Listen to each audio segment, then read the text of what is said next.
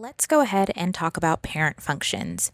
So the first thing that we're going to talk about is some of the features that we are going to look at for our parent functions.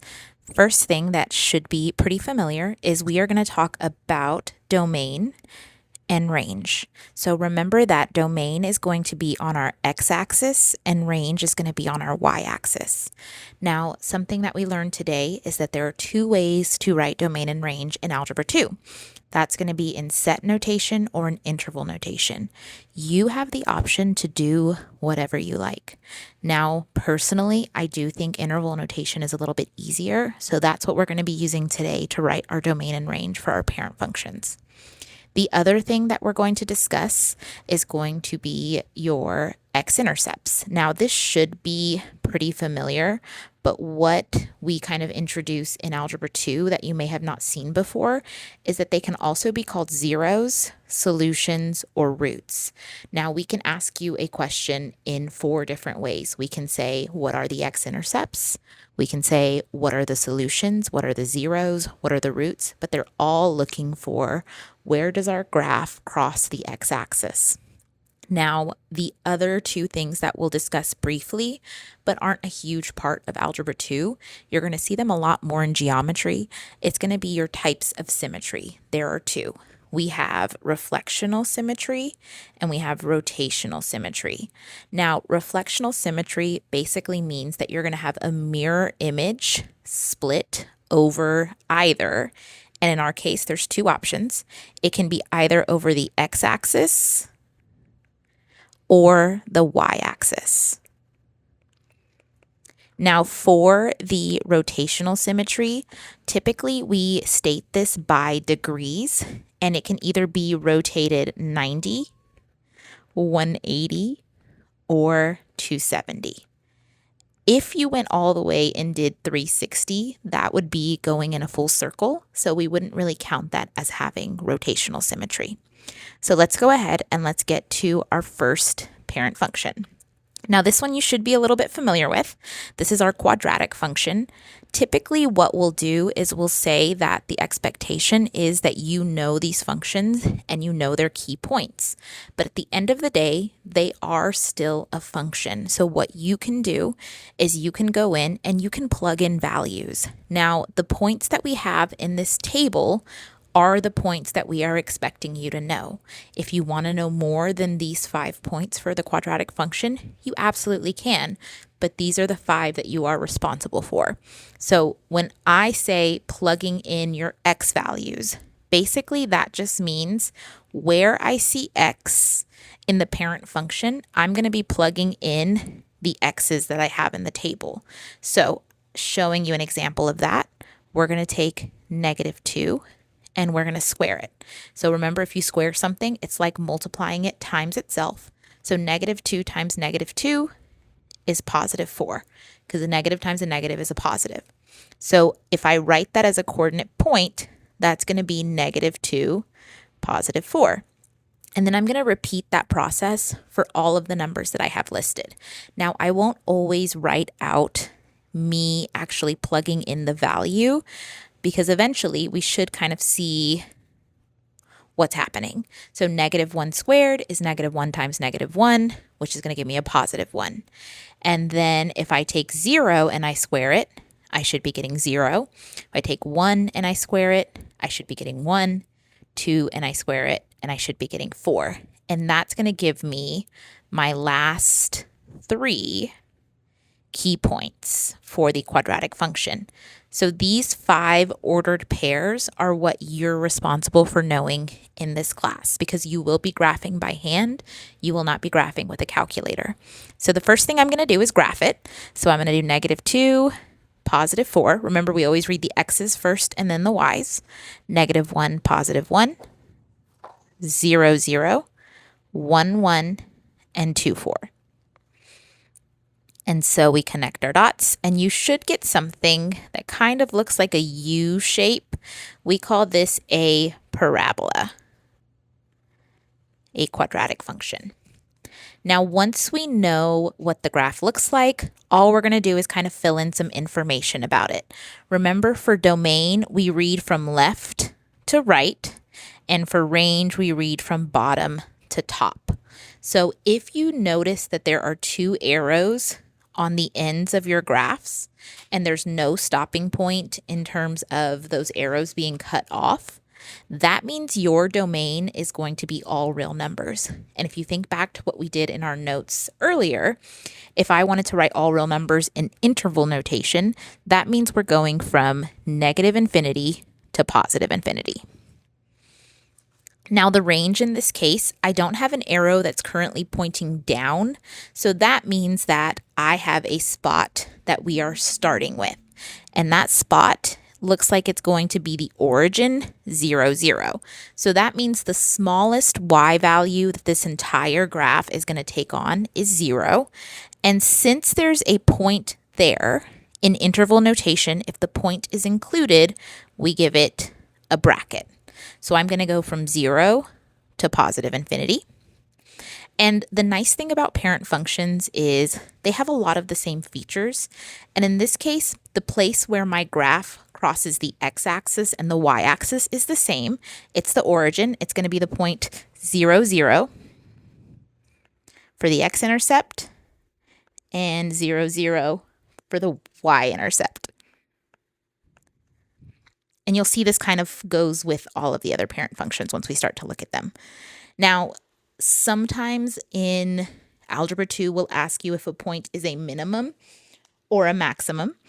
So in this case, very clearly, we have a minimum point, and we're just going to say a minimum. And typically, we say where it's at. So this is going to be at 0, 0. And you absolutely can write out the word at. I just went ahead and used the at symbol. Now, for symmetry, it's not looking like if I rotate this, it's going to look the same. And by rotate, I'm going to draw a bit of a picture, but I'm going to erase it in just a second. If I wanted to rotate this parabola 90 degrees, that means it's going to basically look this way. So this would be 90 degrees. This would be 180 degrees. This would be 270. And this, of course, would take us back to square one. That would be 360. So when I refer to rotational symmetry, it basically means you're turning it and it would look the same. And since the only time where it looks the same is if I go a full 360 degrees, it doesn't have rotational symmetry. But what it does have, if I go back, let me get this all off of my graph so we can kind of look at it, is it has what we call reflectional symmetry.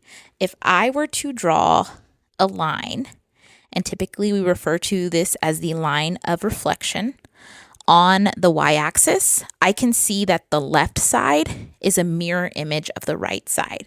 So what we're going to say is this has reflectional, and typically we denote what axis it is. So I'm just going to say y-axis.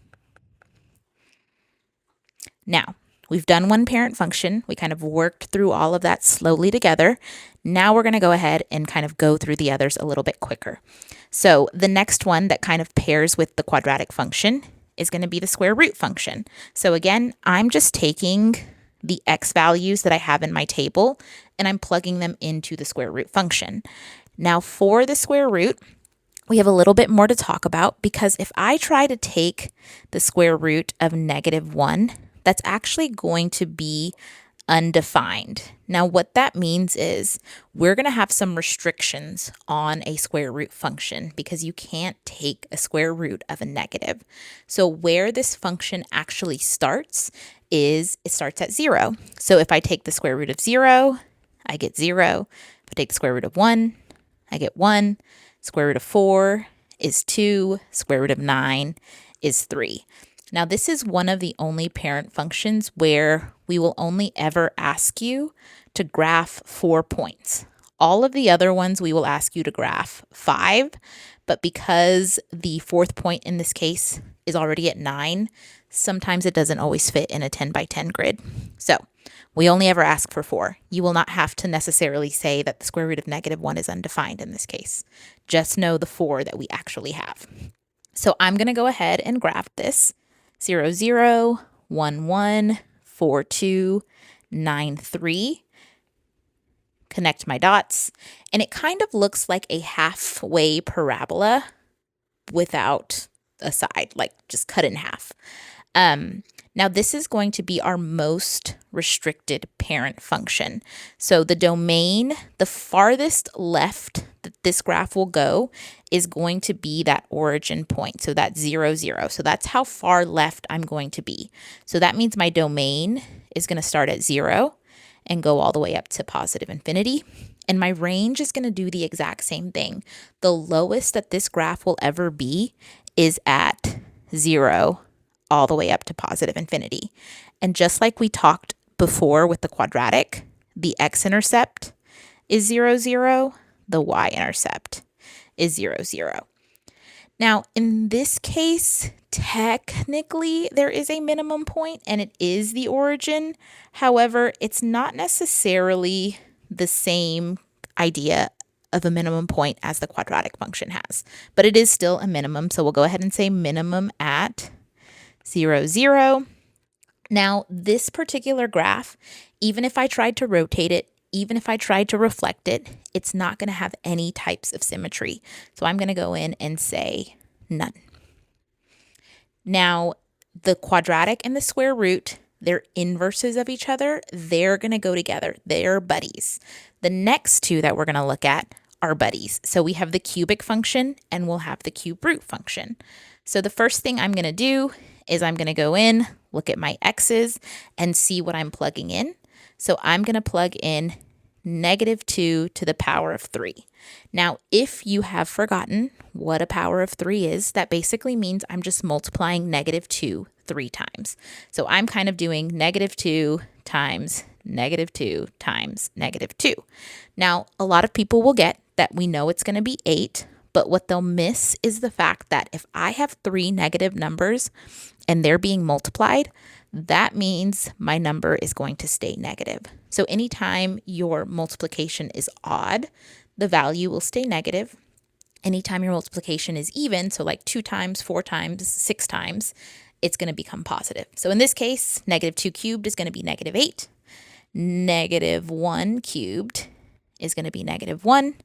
0 cubed is 0. 1 cubed is 1. 2 cubed is 8. And so if I write out my points, -2, -8, -1, -1, 0, 0, 1, 1, and 2, 8. This is what I like to call my ballerina, because when I draw out my points, -1, -1, 0, 0, 1, 1, and 2, 8, it kind of looks like a ballerina dancer in a pose from the bottom left to the top right. Now, the really lovely thing about the cubic and cube root functions is, as you can probably notice, there's no restrictions whatsoever. This cubic graph is going to cover the entire coordinate grid. So what that means for us is domain is from -infinity to positive infinity. Range is from -infinity to positive infinity. It still does have that origin as the x-intercept and the y-intercept. But in this case, because my minimum value for domain and range and my maximum value for domain and range does not exist, because infinity can go on forever, this graph is not going to have any maximum or minimum. So we're going to go ahead and say none for that. Now, the nice thing about what we're kind of looking at, and again, because I can't kind of turn this in the video itself, if I were to rotate this graph 90 degrees, just as a quick little sketch, it would kind of look, let me do a tail so we can kind of see. It would kind of look like this. So that would be 90 degrees. And then if I took that and I rotated it again, I would get something that looks like this, which means I have rotational symmetry. So that rotational symmetry is going to be, since it took 2 rotations to get there, that is going to be rotational. And again, we kind of go in and identify by how many degrees. So we're going to say 180 degrees. Now, if you kind of need to see that a little bit more visually, what you can do with your paper is you can turn it 90 degrees to the right and 90 degrees again, and you should be looking at the same graph for the most part. I always say for the most part because we don't draw perfect lines, so it may look a little off, but it still should be pretty much the same thing. Now, cube root function. One thing about the cube root and the cubic, a lot of people get confused with the cube root function because it's not as intuitive as we like to think. But because they're inverses, one thing I like to point out is basically our x and our y values just switch places. If we go back and we look at the square root and we look at the quadratic, they're swapping places. The y is now x, the x is now y. But if I go in and I try to take the cube root of -8, I should be looking for something where I'm multiplying it 3 times itself and it's making -8. And the only thing that's going to do that is -2. Same thing for the cube root of -1. That's going to be -1. And then we have the cube root of 0 is going to be 0, 1, 2. Now, again, just to kind of reiterate for these, because they're probably not as familiar to you as the square roots, look at the values that we have. So we have -2, 0, 1, 2.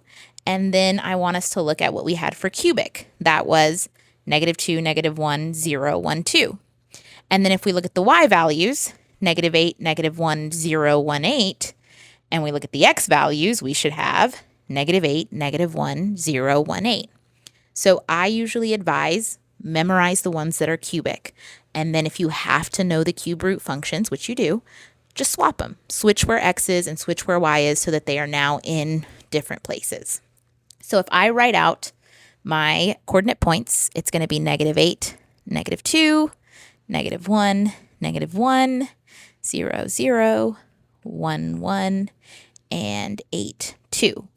And I like to call this function my swimmer because if I were to graph this, 1, 1, 8, 2, it should, kind of in the way the ballerina look like someone is swimming with one arm above water and one arm underwater. Now, again, like the cubic function, this one is really, really nice because we're not going to deal with any restrictions. Domain is going to go from -infinity to +infinity. Range is going to go from -infinity to +infinity. The x and y intercept is still that origin point of 0, 0. And then again, because we have all real numbers as a part of our domain and range, we're not going to have a maximum or a minimum value for this. And just like with the cubic function, if I were to rotate this 90 degrees, it's going to kind of look like this. And then if I were to rotate it 180 degrees, it's going to look exactly like the function it is. So this is going to be another one where we have rotational, and it's going to be for 180 degrees. Now, on to the last parent function. We will cover more parent functions throughout the year, but these are the 5 that we're going to start off with in semester 1. So, absolute value. The one thing that I'm going to point out for this, if you've never seen absolute value before, basically all that means is any number that goes inside of these absolute value bars, that number is going to be positive. So it's going to make positive numbers for the parent function. So when I go in and I take the square root or the absolute value of -2, that's going to turn into +2. And in this case, I'll kind of point out the same thing. If I'm going to take the absolute value of +2, that's not going to turn this number negative. It's just going to turn it into +2. So no matter what, the value that comes out of an absolute value bar is going to be positive. So I'm going to have -2, +2. I'm going to have -1, +1, 0, 0, 1, 1, and 2, 2. For absolute value, We kind of give you free reign of which values you can pick as long as 5 of them fit in the 10 by 10 grid. I just went with 5 easy ones because we've been using -2 to +2 for the most part throughout this lesson. So I'm going to start -2, +2, 1, 1, 0, 0, 1, 1, 2, 2. And the nice thing about absolute value is the shape looks like a V. So if you're ever trying to figure out what graph this could be, V stands for value, absolute value. Now, it does have a lot of similar properties to our quadratic function. The domain is going to be from -infinity to +infinity. The range, because our minimum point is at 0, 0, that means we're going to go from bracket 0 to +infinity, and it's a bracket because there is a point there. X-intercept, 0, 0, y-intercept, 0, 0. This is going to have a minimum at 0, 0. And symmetry, similar to the quadratic function, if I were to draw a line of reflection along the y-axis, I'm going to have a mirror image on the left and the right-hand side. So we're going to go ahead and say reflectional on the y-axis. Now, make sure that you have your foldable completely filled in because you will need this for our 1.2 notes, and make sure that you match your answers correctly within the formative. That's all.